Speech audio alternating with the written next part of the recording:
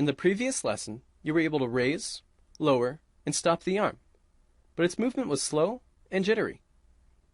The goal of the minefield retrieval challenge is to pick up mines without knocking them over, so slow and jittery control just won't do. In this lesson, you will learn why your control over the arm is flawed and implement a better solution. The problem is not an obvious one, so we'll need to manually trace through our code to track it down. Let's start with the remote control while loop, since everything up until then is working. Let's assume less than 90 seconds have elapsed. The condition is true, and the program enters the loop. Next, the left and right motors are updated to the most recent VexRT joystick values. Then the program reaches the first if statement. Assuming the group 6 up button is pressed, the program enters the if statement, and the arm motor is turned on in the forward direction. Since the condition was true, the code in the else branch is skipped. Next, the program reaches the second if statement. The down button isn't pressed, so the program runs the code in the else branch, and the arm motor is turned off. There's our problem. One if statement is turning the motor on, but the other is turning it back off. Every time the while loop repeats with the up button pressed, the joystick values are updated, the arm motor is turned on in the forward direction, and then almost immediately turned back off. The same thing is happening when the down button is pressed, except that the entire loop has to repeat before reaching the first if-else statement, which turns the arm motor off.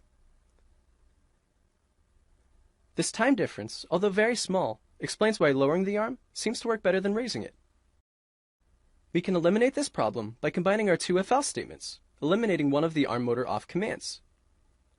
Multiple if-else statements can be combined by having the second if immediately follow the preceding else. Delete the code below the first else so that the second if statement is directly after it.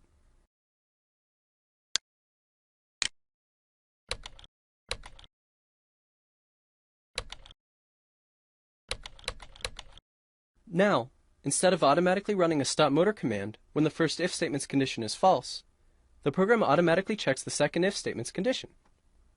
This code can be understood as, if the up button is pressed, turn the arm motor forward, else, if the down button is pressed, turn on the arm motor in reverse, else, turn the arm motor off. So when the up button is pressed, the program enters the code for the first if statement, and turns the arm motor on in the forward direction. When the down button is pressed, the first condition is false, so the program jumps to the else if, where the second condition is true, and the arm motor is turned on in reverse. When neither button is pressed, the program skips to the final else and turns the arm motor off. By checking if both the up and down buttons are pressed before turning the arm motor off, we've eliminated the possibility of canceling out the commands through the arm motor. Compile and download your program and try it out.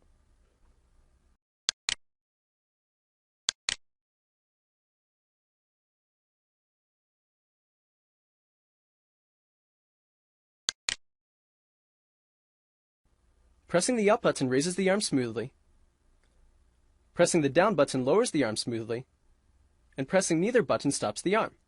Perfect!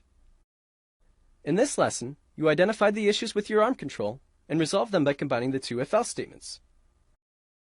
You should now have all the tools you need to compete in the minefield retrieval challenge.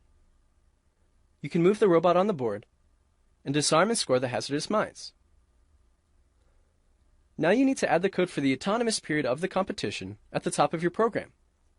Use all of your programming knowledge and experience with the robot to form a winning strategy. Good luck!